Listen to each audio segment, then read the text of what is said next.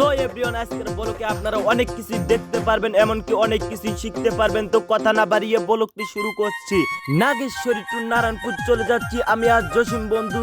নাজমুল ভাইয়ের 1 million like উপলক্ষে cake কাটা হবে, সেই উদ্দেশ্যে আমরা দুই বন্ধু যাচ্ছি। তো আরো অনেক ভাই বেড়াদার আসবে, অনেক বাইরের লোকে আসবে, তো আমরা যাচ্ছি।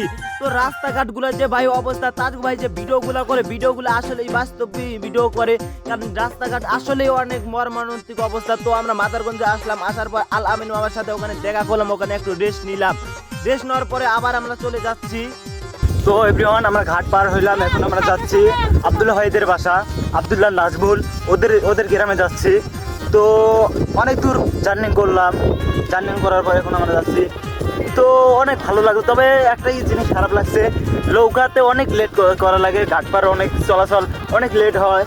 তো সামনে একটা খাল আছে, ওই খালটা নাকি ভিজেই পার হতে হয়। তো আমরা যাচ্ছি, ওখানে কোনো নৌকা নেই। এই যে এই খালটাই পার হইলে সামনে আব্দুল্লাহদের বাসা। তো একজন আমাদেরকে রিসিভ করতে আছে, তো আমাদেরকে রিসিভ করলো, তারপরে সোজা আমাদেরকে বাসা নিয়ে গেল। তো ওই যে আব্দুল্লাহ ভাইয়ের সাথে দেখা, এই যে শাহিন ভাইয়ের সাথে দেখা করলাম, তো অনেকের সাথে দেখা করলাম। তো আব্দুল্লাহদের বাসা আসলাম, তো আব্দুল্লাহদের বাসা গল্প টল্প করে নাজমুল ভাইয়াদের বাসা গেলাম, ওখানে যে নাস্তা পানি করলাম। তো একে তো আপনার সবাই ছিলেন আব্দুর রহিম ভাই, তো রহিম ভাই অনেক ভালো মানুষ। তো ভাইয়াকে নিয়ে চললাম ভিডিও করতে এসে সবাই ভিডিও করতে। এই যে দেখেন নাজমুল ভাই ক্যামেরা ধরছে, তো এই যে এরা হাঁটতেছে, অনেক ভিডিও করলাম, এই যে আমিও ভিডিও করতেছি।